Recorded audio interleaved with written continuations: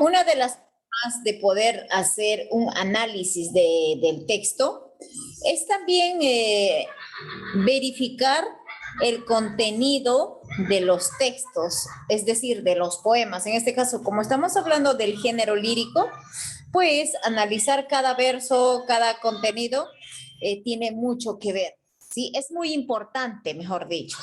Así que vamos a ponernos como meta, al finalizar esta sesión, todos nosotros tenemos que ser capaces de poder realizar una diferencia entre los niveles de análisis de textos líricos. Existen ciertos niveles, pero ¿cuáles son esos niveles? En realidad, para poder realizar los niveles, jóvenes, para poder realizar los niveles, ¿ya? ¿Qué es lo que ocurre? El texto lírico está poblado, dice, ¿ya? Vamos a ver, está poblado de una serie de elementos, de figuras, giros de lenguaje, un lenguaje que llena de múltiples significados, de nueva estructura y sonoridades.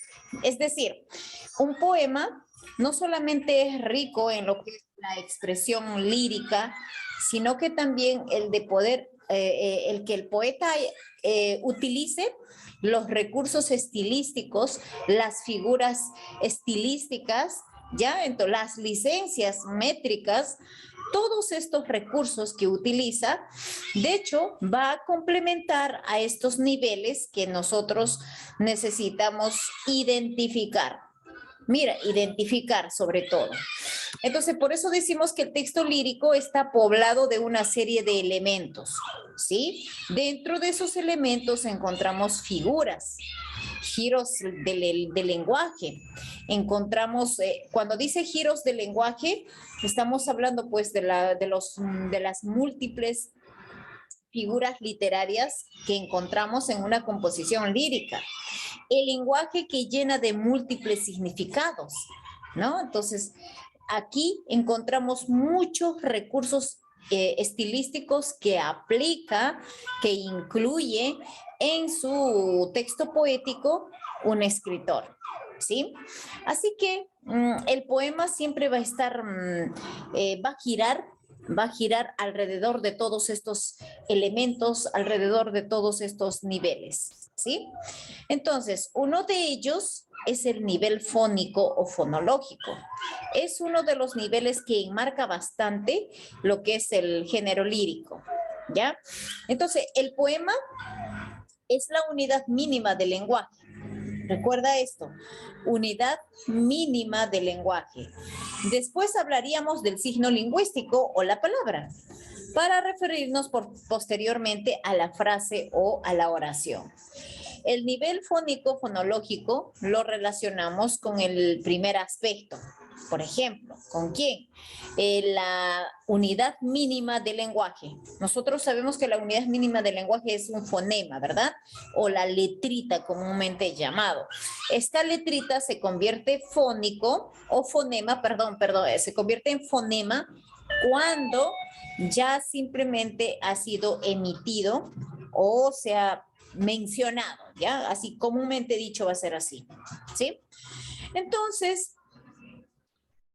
sin embargo, nos dice que todos estos fonemas no son segmentos aislados ni tampoco establecen relaciones a lo largo del texto. Este nivel se vincula, por lo tanto, con aspectos que tienen que ver con la sonoridad, la entonación, la acentuación y el ritmo en el que el lenguaje que utilizamos, ¿ya? Es decir, cuando nosotros, ya vamos a ponernos desde el punto personal de un lector, ¿ya? De un lector. Este lector cuando está leyendo un género lírico, bueno, vamos a hacer un poema, ¿ya? De hecho, que va a tener que tratar de encontrar no solo el significado, sino el sentido al momento de mencionar, al momento de leer, entonar y tratar de querer entender qué es lo que trata de decir el poeta, ¿no? Con esos escritos. Entonces, obviamente va a intervenir aquí la entonación, la acentuación, el ritmo en el que ha utilizado qué tipo de lenguaje ha utilizado el poeta, etcétera. Esas pequeñas minucias, dice, esas pequeñas minucias de nuestro alfabeto, conformado por vocales y consonantes y acentos, o incluso todo esto que a veces cuando nosotros empezamos a leer o crear un poeta, se empieza a combinar todos estos elementos, se empieza a combinar de manera original, como lo intentan hacer los poetas. Esto tiene un efecto agradable a la hora de leer un poema.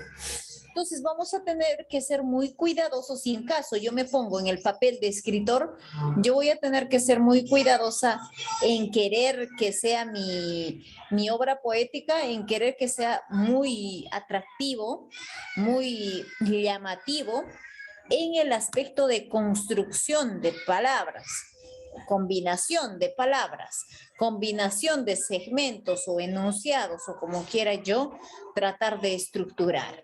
¿Sí? Entonces, en este nivel podemos nosotros observar la existencia de los siguientes fenómenos, ¿sí?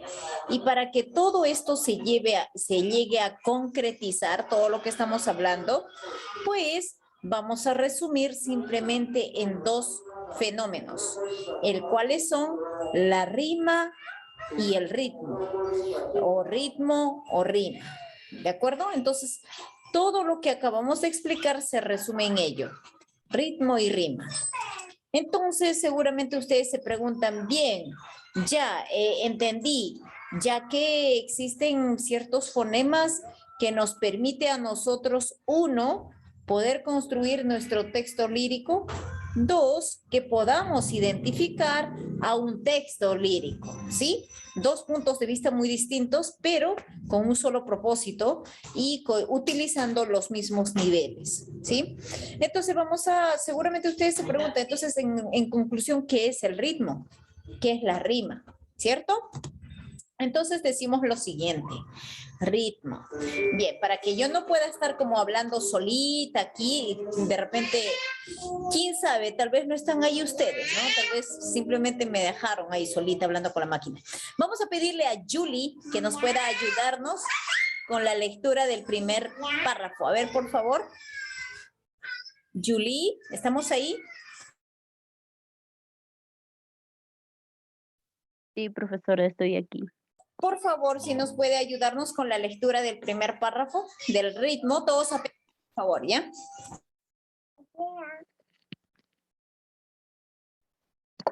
Ya, profesora, del ritmo, ¿no?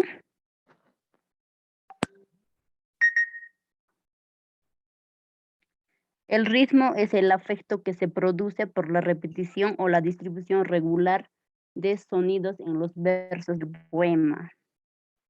En esta ocasión ubicaremos el patrón rítmico por medio de la identificación de la acentuación en cada uno de los versos. Nos daremos cuenta que este ritmo permite una armonía musical en el poema. Para ello rescatamos el poema Amor constante más allá de la muerte de Francisco de Quevedo. Gracias, Julie, por la lectura. Miren, chicos, que acaba de leer algo muy importante en lo que dice. En el ritmo, nosotros podemos detectar algo, el cual es, ¿qué cosa, chicos? La repetición, ¿qué más? O la distribución regular ¿de qué? De sonidos. ¿En qué cosas? En los versos, obviamente, del poema. ¿Ya? Vamos a tomar en cuenta esto, repetición, distribución de sonidos. ¿Y dónde podemos observar eso? Todo esto, ¿veis? Podemos observar en los versos, ¿ok? Pero en los versos, ¿cómo me doy cuenta? ¿De qué manera? ¿De qué manera nosotros podemos identificar que existe ritmo en un verso? Bueno, una de las formas, dice, es mediante la acentuación. Y otro, ¿de qué manera nos podemos dar cuenta, chicos? A ver, ¿están ahí? Armonía No es armonía 10, armonía musical, armonía musical. Para ello dice que vamos a tomar como ejemplo un pedacito de un poema, ¿ya? Aquí tenemos una estrofa de un poema, el cual te estoy poniendo como para que tú te puedas dar cuenta algunos fonemas en negrita que resalta en cada palabra, bueno, en algunas palabras, ¿ya? Cerrar podrán mis ojos la postrera, sombra que me llevare el blanco día, y podrá desatar esta alma mía, ora su afán, ansioso lisonjera. Miren que aquí encontramos cierto tipo de ritmo, musicalidad, acentuación, repetición y distribución, dice regularmente de los sonidos. Ey, está repitiéndose aquí algunos fonemas. Dra, obviamente la D, el fonema D, R, A. Aquí tengo otro D, R, A. Aquí tengo otro en la cual tengo también el fonema R, S, O, M. ¿Con quién? Las M's, aquí tengo varias M's. La D también tengo varios dra. Tengo también lo que es la TR. Sí, tengo también aquí la musicalidad. Solamente, chicos, toma en cuenta musicalidad. Más aquí no están de repente, no vemos que de repente se repitan las mismas sílabas. Tampoco estamos observando que haya rima, porque no empieza ni con la misma palabra ni con la misma palabra, ¿cierto? Entonces, solamente estamos observando que hay una distribución de algunos fonemas para encontrar un poquito de musicalidad al momento de leerlo. ¿Ok? Entonces, aquí se trata de un poema conformado por endecasílabos, es decir, versos de 11 sílabas en los que el ritmo en los versos se repite en la sílaba sexta. Ajá. Esa es la clave de este poema. Dice, en la que el ritmo en los versos se repiten en la sílaba sexta y en la décima, dándole al poema un efecto rítmico perfecto, con variantes en la entonación y el ritmo en cada uno de los versos. Es importante señalar que el ritmo puede no coincidir con el acento gramatical escrito, a la hora de leer un poema es importante tener conciencia del ritmo del poema. Esto permite que nuestra lectura sea más precisa. A ver, vamos a comprobar, jóvenes, ¿sí? A ver, contabilizando desde la primera palabra o desde la primera sílaba. Cerrar, vamos a contabilizar. Cerrar, podrá. ¿Qué dice? Mis ojos. ¿Qué más? La postrera. ¿Cuántas sílabas métricas tenemos aquí, chicos? 1, 2, 3, 4, 5, 6, 7, 8, 9, 10. 11. Yes. Jóvenes, a ver, ¿me escuchan? Participemos, por favor, no se me queden callados. Vamos, ¿cuántas sílabas tenemos?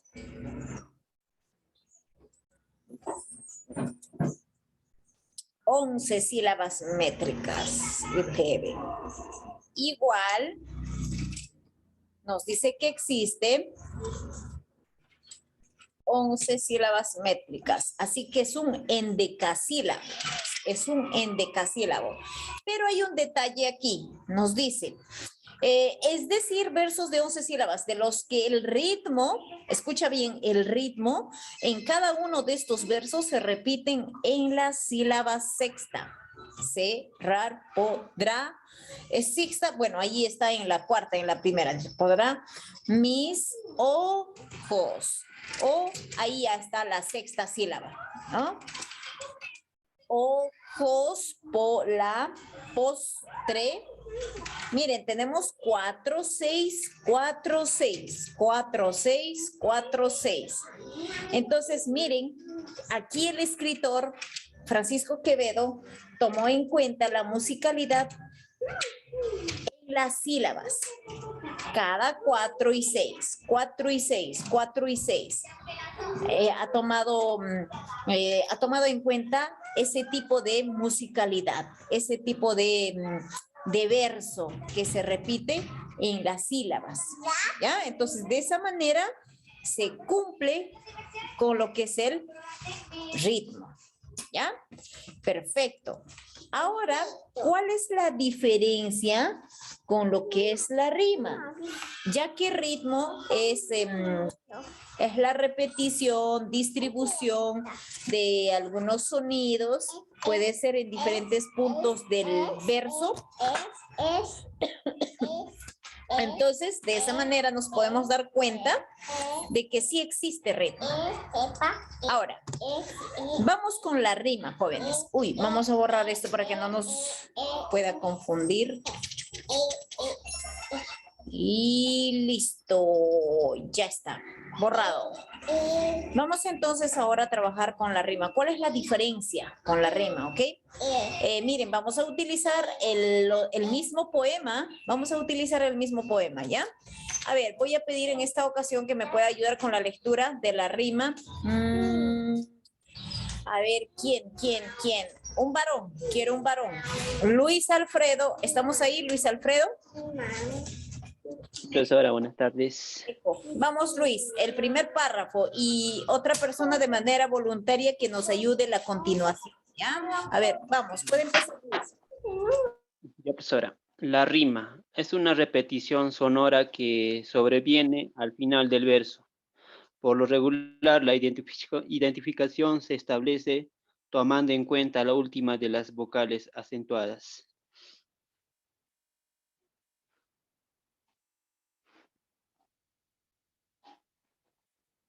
Bueno, había dicho que alguien continuara de manera voluntaria y nadie lo hizo. ¿Por qué son así, jóvenes? ¿Por qué? A ver, continuamos. ¿Alguien?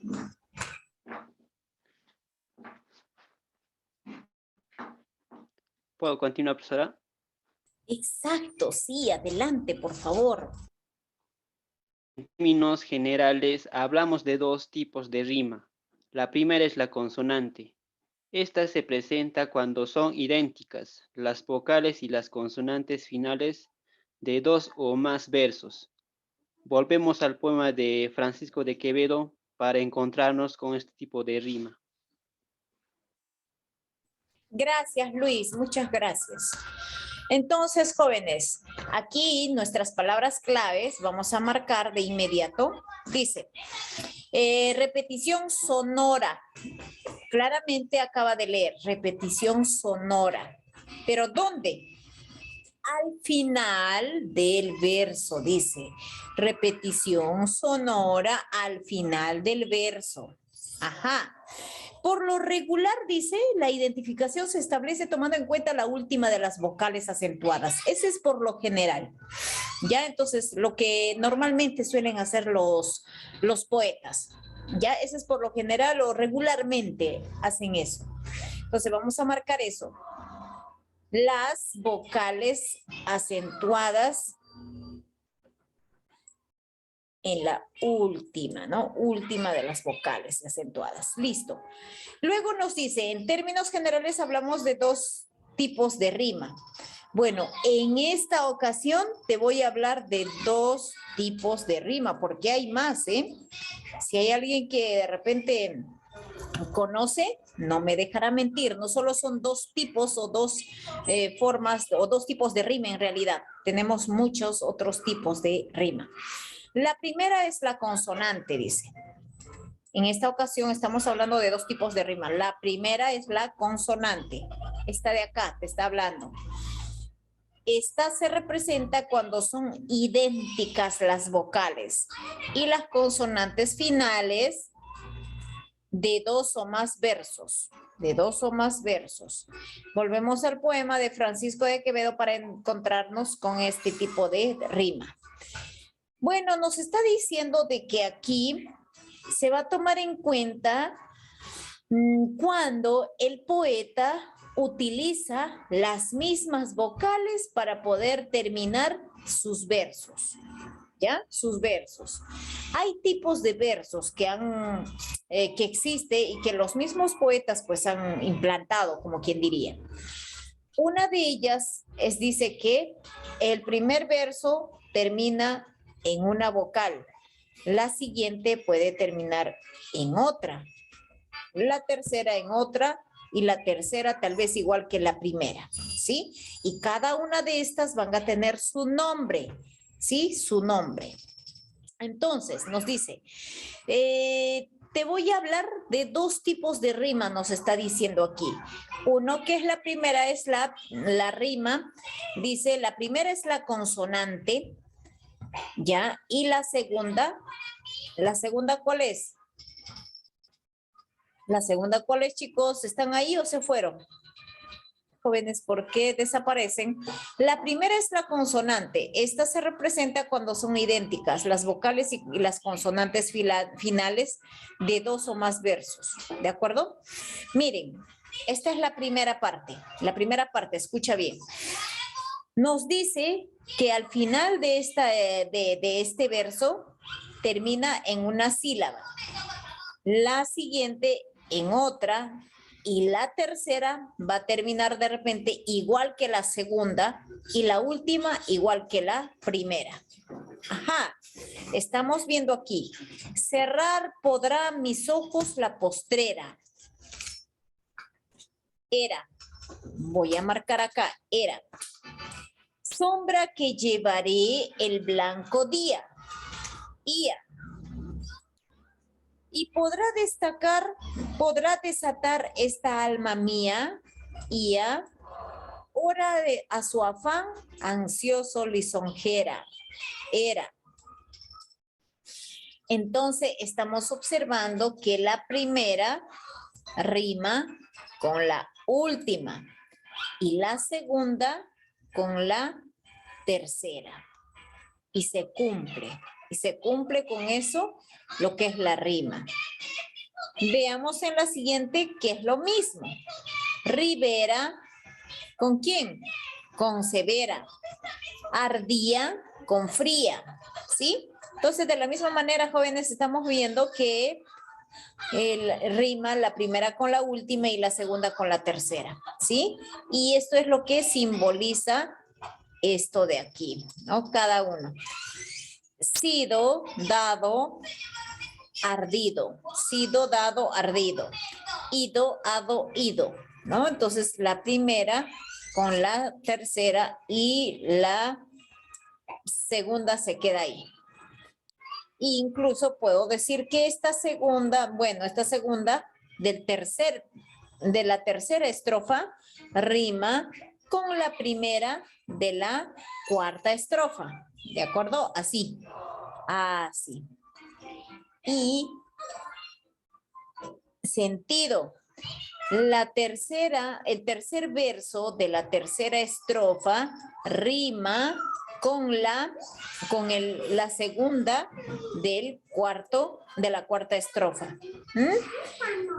De esa manera, pues va a existir musicalidad, va a existir sonoridad, va a existir también, ¿qué cosa? Pues de hecho, vamos a tener que tomar en cuenta lo que son los versos finales en este caso. Decía que cada uno de estos también tienen su nombre, jóvenes. Existen rimas abrazadas, rimas entrelazadas, rimas encadenadas, dependiendo a la posición o a las rimas que van a hacerse en los versos.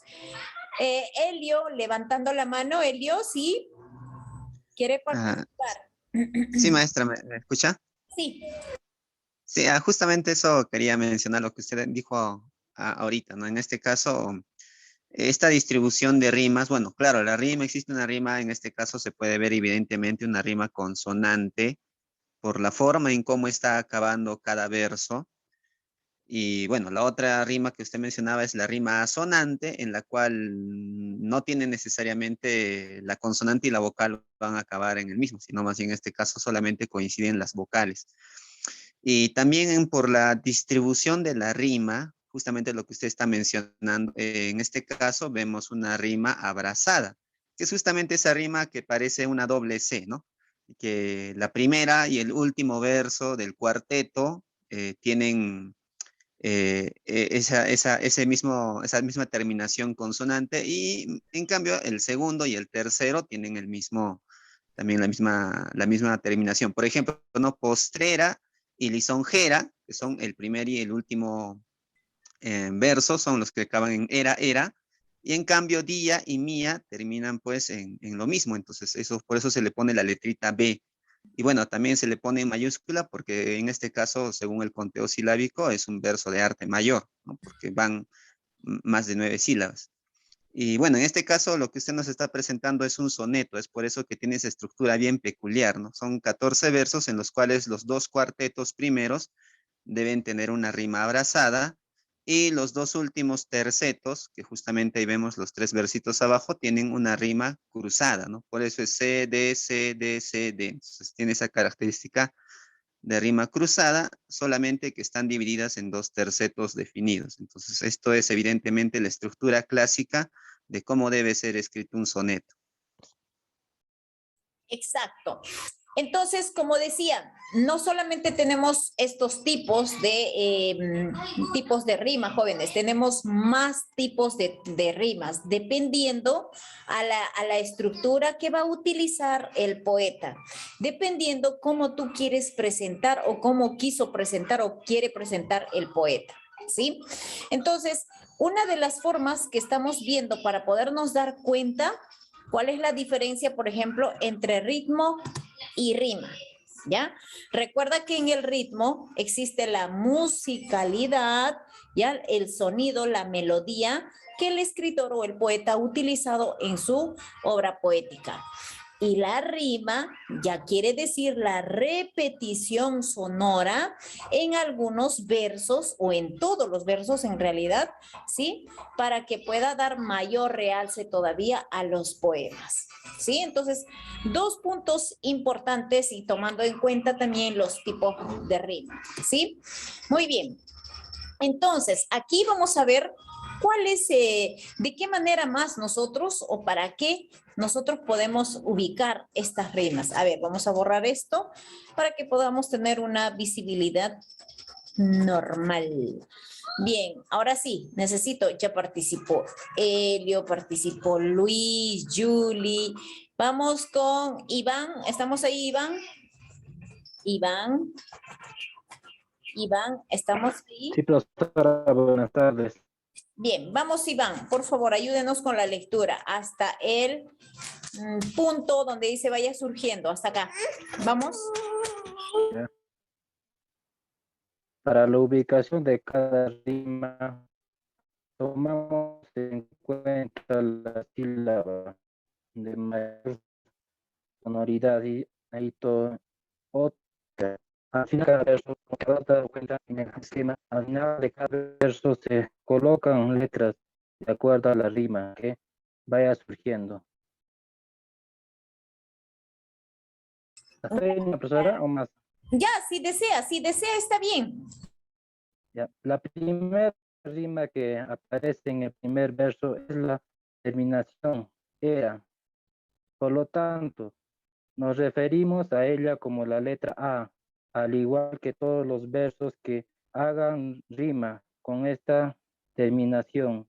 Esto se hará sucesivamente con los siguientes versos. Al final del poema de Quevedo nos quedará el siguiente esquema de rima. Gracias, muchas gracias Iván por la lectura. Entonces aquí ya te estoy dando un poquito más de explicación lo que hemos analizado anteriormente, ¿verdad? Cómo es que termina al final esto de las rimas, ya para poder verificar la construcción de los versos, valga la redundancia. Vamos ahora con el segundo tipo. Recuerda que el primer tipo ya acabamos de analizar. Ahora nos vamos con el segundo tipo. Acá está el segundo tipo, chicos. El segundo tipo, ¿a qué se refiere? Épale, dice el segundo tipo de rima es asonante. ¿Ya? Recuerda que aquí, voy a pasar para acá rápidamente. Recuerda que aquí trabajamos lo que es la rima consonante. Y ahora, obviamente, que vamos a trabajar la segunda, que es la rima. ¿Qué rima es, chicos? Asonante, asonante, ¿ya? A ver, vamos con la asonante, dice. Este tipo de rima se presenta cuando al final de cada verso los sonidos coincidentes son solo los de las vocales. No es como en las otras que también pues, podían coincidir algunas consonantes, ¿no? En este caso, solamente coinciden solo los sonidos de las vocales. Por ejemplo, amigo, camino. En estas dos palabras está existiendo rima entre, a ver, vamos a ver a sus compañeros que puedan como apagar sus audios, chicos. Ya está. Entonces, aquí, jóvenes, estamos hablando sobre que dos palabras tienen la misma terminación, ¿sí? Amigo y camino. Amigo termina en la vocal O y camino también termina en la vocal O. Entonces, se puede establecer una relación de rima asonante aquí, ya que después de la sílaba tónica de cada palabra hay una coincidencia entre las sílabas I, O. Mire, incluso I, O, ¿ya? Al final. Entonces, Gustavo Adolfo Bécquer, un poeta excelentísimo, ¿ya? Dice, Gustavo Adolfo Bécquer realizó ejemplos magistrales de este tipo de rimas. De hecho, el poeta español tiene un conjunto de poemas que se denominan rimas. Él tiene un poema que titula realmente así, rimas.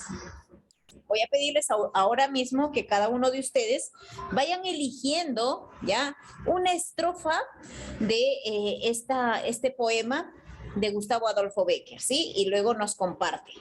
Entonces, estamos viendo claramente, jóvenes, estamos observando que hay dos tipos de rima. De hecho, estas rimas, jóvenes, a ver, perdón, vamos a compartir pantallas, pasó algo. Ya, ahora sí, continuamos. Perdón, nada, ¿qué pasó? Ahora sí, ya, ahora sí, chicos.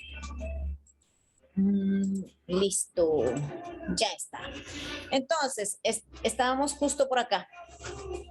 Quiero enmarcar esta parte, ya estamos en la rima asonante y estamos poniendo como ejemplo, primero hemos utilizado las dos palabras, amigo con camino.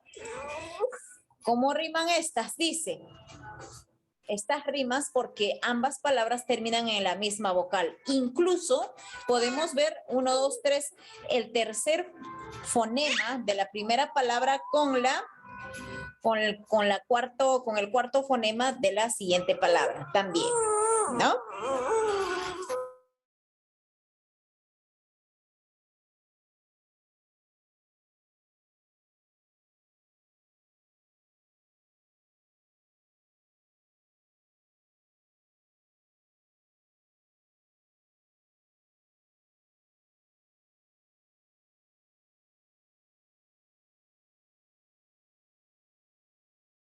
Ya, entonces, justo, perdón chicos, no sé si ya eligieron jóvenes alguna estrofa del poema de Adolfo Bécquer.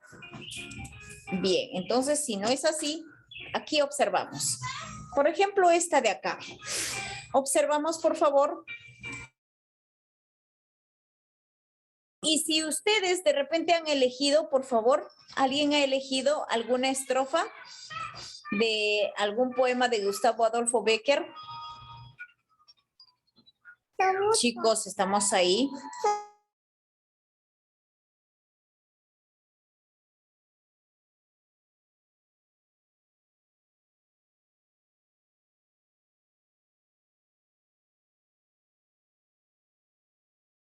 Nadie eligió, chicos, nadie eligió.